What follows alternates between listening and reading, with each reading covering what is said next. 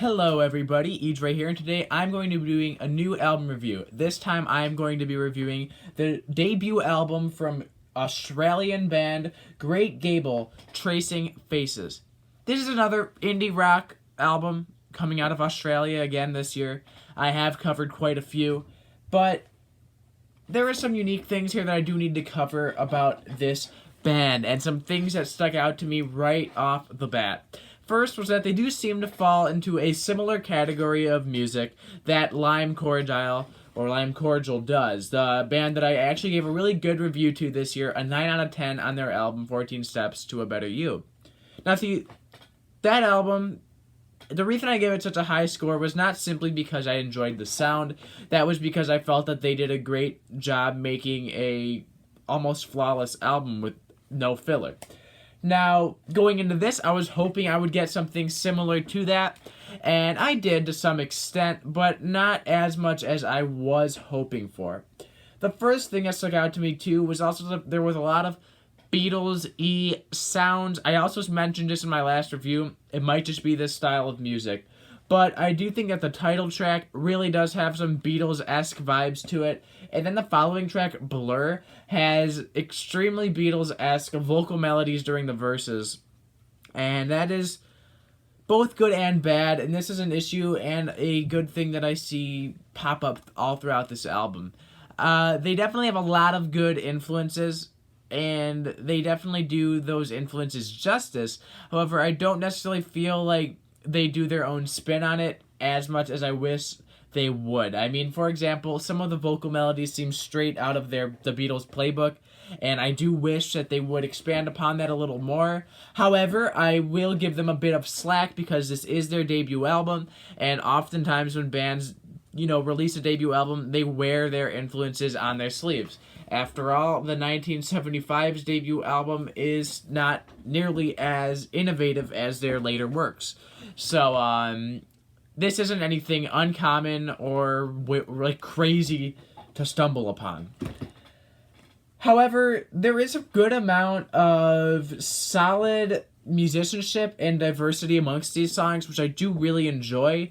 I would argue some of my favorites are Deep End. I really love the bass line on there. I love the bassist all throughout this album. I think he's extremely talented. He adds a good, character to this band, and I enjoy the very different style of No Other Way. I thought that was a really interesting track. I liked the kind of more upbeat drums on there. Overall, all around, a good change of pace from an album that is more or less pretty consistent in many spots. However, like I said, there is a lot of diversity when you actually analyze each track. But there are a few tracks on here that I do have a hard time with. The more ballady songs on here, such as Don't You See, really didn't do much for me. I felt kind of, it felt kind of draggy, if I'm being honest with you. And perhaps one of the songs that I have some issues with, I don't know if this was intentional or not, but All My Friends, you probably see my Benz thing over here. I'm a pretty big Radiohead fan, and the first thing that stuck out to me was that the drums are identical to Weird Fishies. And the guitar, it's not the exact same progression, but it follows with a very similar plucking pattern as Weird Fishies by Radiohead on In Rainbows. And yes, vocally it's different. Yes, after the song changes up. But this kind of does prove my point a little bit about the wearing the influences on their sleeve.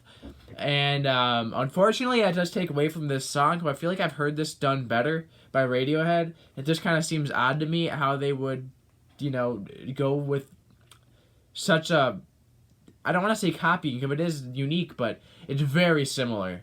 I don't know if that was intentional or not. I'm sure they like Radiohead. Most people do. But I thought that was interesting, and it did kind of weaken the song for me a little bit. And I feel like songs such as I Wonder and Coasting didn't leave much impact on me. I just felt that they were very middle of the road. That was about it. However, overall, the overall feel of this album, I did think they did a pretty good job keeping the track list pretty consistent. There isn't any unlistenable tracks on there. There isn't anything remotely horrible. I just feel like they still need extra time to grow and expand their sound into something more unique. Because right now I feel like it really does feel like standard indie, I guess, coming out of Australia from what I've been hearing. And unfortunately, I really am not as satisfied as I was hoping. However, I do still have a great amount of hope for this band. I do think that they have a lot of potential, and I could definitely see them in the future expanding upon this sound and making a name for themselves in the indie rock scene. So at the end of the day, how do I feel? How do I feel like this is compared to it? Compared to other music of this genre, I feel like it does do the genre justice. It's not that it's like bad or anything. It's just I don't feel like there's really much of a unique spin on this. It's very much the music of this band's influences, but you know, that should be expected from a debut. So unfortunately, I've settled on giving this a solid 6 out of 10. And anybody that doesn't know my reviews should know that anything above a 5 is good, anything below is bad. So a 6 out of 10 is actually pretty good. So it's not like I hate this album. I was relatively, I liked it.